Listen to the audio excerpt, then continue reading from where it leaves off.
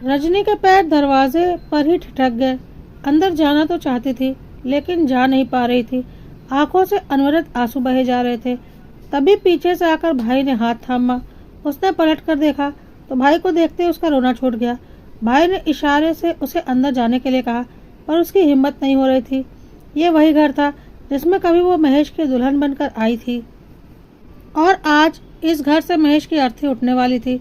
कल रात को ही महेश को साइलेंट अटैक आया था और कुछ ही क्षणों में उसकी मृत्यु हो गई थी। रजनी उस वक्त अपनी दोनों बेटियों के साथ मायके गई हुई थी। रात को ही उसके चाचा ससुर से फोन करके उसके पिता को बता दिया था। जैसे ही यह खबर उसके मायके पहुंची वैसे ही मायके वाले फटाफट आधे घंटे में वहां से रवाना हुए। आखिर 7 घंटे का सफर तय करके वे लोग यहाँ पहुंचे। यहाँ लोगों का अच्छा खासा तांता लगा हुआ था। तभी बेटियां बिलखती हुई रजनी से लिपट गईं, पर जो खुद ही होश में ना हो वो भला बच्चों को कैसे संभाले। मम्मी और भाभी जबरदस्ती उसे हिम्मत देते हुए अंदर ले गईं। उस बरामदे से बाहर औरतें और सास को घेरे हुए बैठी हुई थी। ननद और जेठानी भी एक तरफ बैठी रो रही थी। रजनी के आते ही रुदन और तेज हो गया।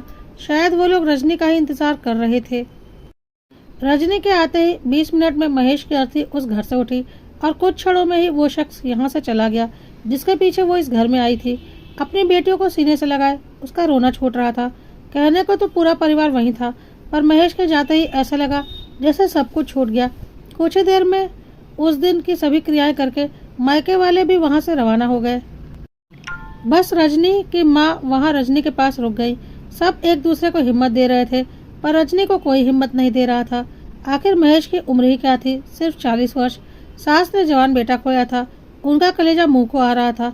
बहन ने छोटे भाई को खोया था। बड़े भाई की तो जैसे हिम्मत ही चली गई थी। उसकी दोनों बेटियां उससे लिपटकर रो रही थीं। और उन दोनों को चुप कराने के लिए, हिम्मत बढ़ाने के लिए कौन था? सिर्फ रजनी और उसकी माँ। आज उसे अपने ससुराल बेगाना सा लग रहा था।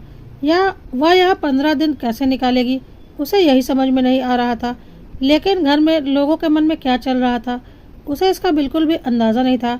सारी क्रियाएं बड़े भैया ने की थी।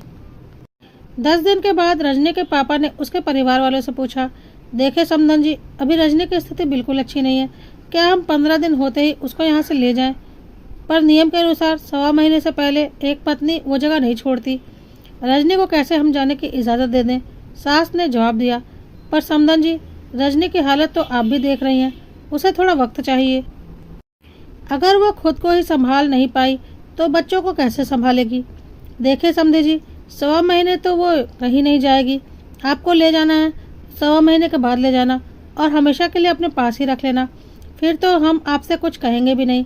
सास ने बिगड़ते हुए जवाब दिया। अंदर कमरे में बैठी रजनी को ये बातें सुनाई दी। सुनकर अंदर तक कुछ दरक गया। अब इस घर में मेरी क्या जगह है? माहौल बिगड़ते देख पापा चुप हो गए।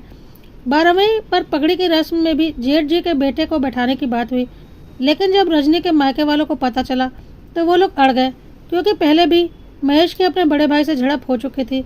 जब बड़े भाई ने यह कहकर उसे धुतकार दिया था कि तेरी तो बेटियां हैं, प्रॉपर्टी में तुझे क्या हिस्सा मिलेगा। ये सब जानते हुए पहली बार रजनी के मायके वाले जिद पर आए थे। पगड़ी की रस्म करवानी है तो या तो आपको रजनी को पगड़ी पहनवानी पड़ेगी या फिर उसकी बेटे को।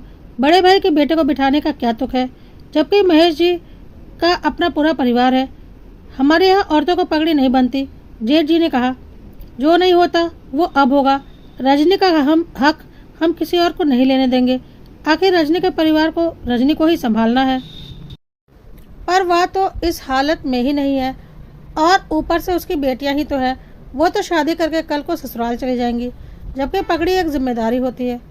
कोई बात नहीं, हम उसे सहारा देकर बिठा लेंगे, पर कभी न कभी तो होश में आएगी।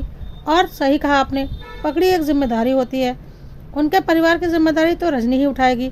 आखिर मायके वालों की जिद के कारण पगड़ी रजनी को ही बांधी गई। बाद में पापा ने दादी सास से रजनी को ले जाने के बारे में बात की।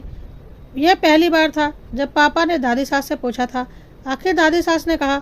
तब जाकर 20 दिन बाद रजनी के मायके वाले उसे लेकर गए थे। लेकिन अभी कुछ दिन ही बीते थे कि जेठ जी का फ़ोन आया, हम लोग कल आ रहे हैं, रजनी को घर पर ही रखिएगा। कुछ ना कुछ तो उनके मन में पक रहा है। ये बात तो रजनी के मायके वाले समझ रहे थे, पर क्या वो तो कल उनके आने पर ही पता चलेगा। खैर, दूसरे दिन जेठ जी अपने चाचा जी के साथ वहाँ पहुँचे। रजनी के साथ उसके पूरे मायके वाले वहाँ मौजूद थे। चाय पाने के बाद वो लोग सीधे मुद्दे पर आए। देखिए समधी जी, अब आपको तो पता ही है कि महेश इस दुनिया में नहीं रहा और रजनी की सिर्फ 2 बेटियां हैं। ऐसे में हम चाहते हैं कि रजनी इन पेपर्स पर साइन कर दे जो हमने हमारे पूरे परिवार की सर्वसम्मति से बनवाया है, और माँ की भी यही इच्छा है। क्या लिखा है इन पेपर्स पर, जरा खुलकर बताइए। रजनी के भाई ने कहा, ये हक त्याग के पेपर्स हैं। हमारी जो पुश्तैनी ज़मीन है उस पर से रजनी को अपना हक त्याग करना पड़ेगा। बदले हम रजनी की दोनों बेटियों की शादी की जिम्मेदारी अपने सिर पर लेते हैं। भविष्य में उन दोनों का विवाह हम धूमधाम से करेंगे। रही बात मकान में हिस्सेदारी की, तो इसका 1/3 हिस्सा हम रजनी को देने को तैयार हैं। वो वहाँ अपनी बेटियों के साथ आकर रहे। इसके अलावा जो महेश की सेविंग्स हैं वो रजनी के पास है ही, जिससे वो अपना गुजर बसर कर सकती है। यह सुनकर सबकी त्योरियाँ चढ़ गईं। इससे पहले कोई कुछ कहता, रजनी ने जवाब दिया, मैं कोई हक त्याग नहीं करूँगी। मेरे पति की मृत्यु के बाद उनकी प्रॉपर्टी में हम बराबर के हिस्सेदार हैं। अगर आप लोग हिस्सा नहीं देंगे तो मैं कोर्ट के जरिए लूँगी, पर मैं अपनी बेटियों का भविष्य अंधकार में नहीं छोड़ूंगी। इस प्रॉपर्टी पर मेरी बेटियों का बराबर का हक है, और माँ इस सब के लिए तैयार हैं। तो कह दीजिएगा उनसे कि उनका बेटा गया है पर उसकी पत्नी और 2 बेटियां अभी जिंदा हैं। रजनी के तेवर देखकर जेठ जी और चाचा ससुर से आगे कुछ कहते नहीं बना। वो लोग चुपचाप वहाँ से उठकर चले गए। आज रजनी जॉब कर रही है और अपनी दोनों बेटियों को पाल रही है। उसके माता पिता ने अपनी तरफ से उसे एक फ्लैट गिफ्ट कर दिया जिसमें वो अपनी दोनों बेटियों के साथ रह रही है। अभी तक प्रॉपर्टी का मैटर सॉल्व नहीं हुआ है।